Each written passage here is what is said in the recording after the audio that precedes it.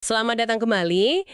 Kali ini kita mau coba kupas tuntas satu topik yang lagi hangat banget nih, apalagi setelah pandemi, kebebasan di tempat kerja. Betul. Sumber kita kali ini dari buku Why Are We Here Creating? Katanya sih fleksibilitas itu udah bukan lagi sekedar fasilitas tambahan ya, tapi udah jadi kayak ekspektasi dasar gitu. Iya, bener banget. Dan ini bukan cuma tren sesaat loh. Oh ya, Iya, buku ini nunjukin kalau ini tuh pergeseran yang fundamental banget. Soal apa yang kita harapkan dari kerjaan. Akarnya itu dibutuhan psikologis dasar kita soal otonomi. Pengen pegang kendali gitu. oke, menarik. Mari kita mulai dari dasarnya dulu deh. Kebebasan di sini tuh maksudnya apa sih? Kayaknya lebih luas dari sekedar, boleh kerja dari rumah atau enggak ya kan? Jauh lebih luas. Ya, emang termasuk kontrol soal gimana, kapan, di mana kita kerja. Tapi intinya juga soal kita bisa bikin pilihan yang sejalan sama nilai-nilai kita sendiri. Terus ada ruang buat ekspresi diri. Hmm, Penulisnya bilang ini penting banget buat dorong kreativitas, inovasi, dan ya jelas vital buat kesehatan mental sama kebahagiaan kita lah. jadi kalau nggak ada otonomi, Nah, sebaliknya, kurangnya otonomi itu, wah, resep pasti buat stres, cemas, bahkan burnout. Ini sejalan banget sama model psikologi kerja kayak job demands resources. Intinya, kita butuh sumber daya kayak otonomi buat ngimbangin tuntutan kerja. Kalau nggak ada, ya gampang tumbang. nah ini nih yang saya penasaran. Buku ini nyebut ada perubahan persepsi gede-gedean setelah pandemi. Kok bisa ya fleksibilitas yang tadinya mungkin enak kalau ada, sekarang jadi kayak hak gitu. Gimana ceritanya? Ini ada hubungannya sama konsep psikologi namanya loss aversion, keengganan rugi. Oh, pernah dengar itu? Kahneman dan Tversky ya? Iya, betul. Intinya tuh rasa sakit karena kehilangan sesuatu, itu rasanya jauh lebih kuat daripada rasa senang pas pertama kali dapat. Oke, masuk akal. Nah, selama pandemi kan banyak orang udah ngerasain ya, level fleksibilitas dan otonomi yang baru. Sekarang, ide buat balik lagi ke cara lama, terus kehilangan kebebasan itu, wah rasanya nggak enak banget. Makanya banyak yang nolak ya. Makanya muncul resistensi kuat. Kayak contoh si Sarah di buku ini, direktur IT. Dia sampai milih resign loh daripada balik lagi ngantor tiap hari. Komuter lagi, capek. Dia udah ngerasain enaknya fleksibel. Wow, rela resign ya. Itu sih bukti kuat banget. Nah, ini nyambung nih sama fenomena mandat kembali ke kantor, RTO itu.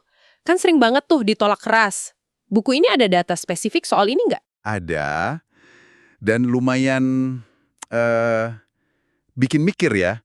Beberapa studi yang dikutip di buku, misalnya dari Ma Ending, terus ada riset Hubstaff, sama University of Michigan juga, itu semua kayak nunjukin pola yang sama. Gimana tuh polanya? Mandat RTO itu seringkali nggak ada hubungannya sama peningkatan kinerja finansial perusahaan, malah bisa jadi bumerang.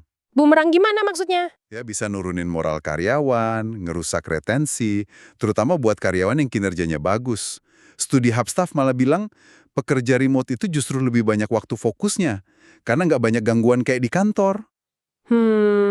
Jadi bukan salah kantornya ya? Kayaknya bukan soal kantornya, tapi soal pemaksaannya itu loh.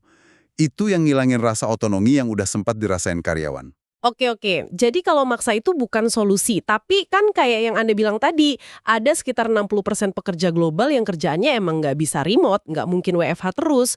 Terus gimana dong? Gimana buku ini ngasih saran buat bikin kebebasan yang adil buat semua orang? Nah, ini dia. Pendekatannya emang harus lebih luas. Nggak cuma soal lokasi. Pertama, kalaupun mau orang ke kantor lagi, ya bikin kantornya jadi tempat yang menarik. Istilahnya third space gitu. Tempat ketiga maksudnya? Tempat buat kolaborasi, ketemu orang, koneksi sosial. Bukan cuma tempat wajib absen. Contohnya kayak H&R Block tuh. Mereka fokus berdaya intim sama investasi di teknologi hybrid.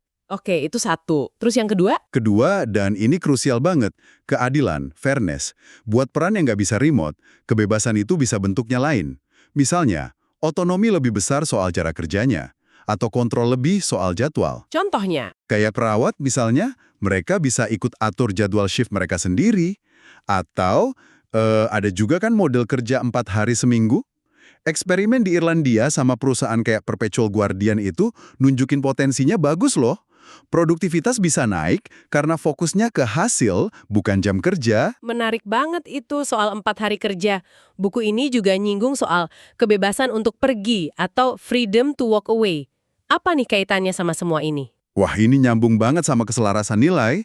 Sekarang ini, terutama generasi muda ya, mereka makin pengen kerja di tempat yang nilainya tuh klik sama nilai pribadi mereka. Jadi kalau nggak cocok, Ya, mereka ngerasa lebih bebas aja buat cari tempat lain, nggak terlalu terikat.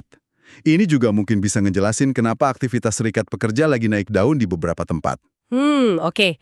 Terus ada lagi. Ada contoh bagus dari O.C. Tanner. Pentingnya itu bukan cuma ngasih akses ke benefit, tapi juga ngasih kemampuan atau enablement buat make benefit itu. Maksudnya gimana tuh? Akses versus kemampuan. Gini, misalnya perusahaan nyediain klinik kesehatan di kantor, itu kan akses. Tapi kalau jadwal kerja kaku banget sampai karyawan nggak sempat ke klinik itu, ya percuma kan? Nah, enablement itu artinya perusahaan juga ngasih fleksibilitas waktu biar karyawan bisa beneran pakai klinik itu. Kalau nggak, fasilitas ya cuma jadi pajangan, malah bikin frustrasi. Wah, bener juga ya. Jadi kalau kita tarik benang merahnya nih, kebebasan di tempat kerja ini isu yang fundamental banget ya sekarang. Iya, Bukan cuma soal kita duduk di mana pas kerja, tapi soal otonomi, soal kepercayaan, dan gimana perusahaan benar-benar menghargai kebutuhan dasar karyawannya gitu ya. persis. Pesan utamanya yaitu, bangun budaya kerja yang hargain kebebasan, ngasih otonomi yang beneran bermakna, terus kebijakannya juga adil buat semua peran. Ini bukan cuma soal etika loh, tapi juga strategi bisnis yang cerdas. Buat jaga talenta, buat dorong kinerja. Dan jangan lupa tadi ya, Dan ingat banget prinsip loss aversion tadi. Kalau udah ngasih kebebasan, terus mau ditarik lagi, siap-siap aja ada perlawanan. Pasti itu. Oke, ini jadi bahan renungan bagus nih buat kita semua dan juga Anda yang mendengarkan. Coba deh pikirin, sejauh mana sih organisasi Anda sekarang ini udah berhasil nyeimbangin antara target-target bisnis sama kebutuhan dasar karyawan soal kebebasan dan otonomi ini? Pertanyaan penting. Dan mungkin yang lebih praktis, apa ya, satu langkah kecil aja yang bisa Anda atau tim Anda lakuin minggu ini buat mulai nguatin rasa kebebasan itu buat semua orang di lingkungan kerja Anda. Coba direnungkan.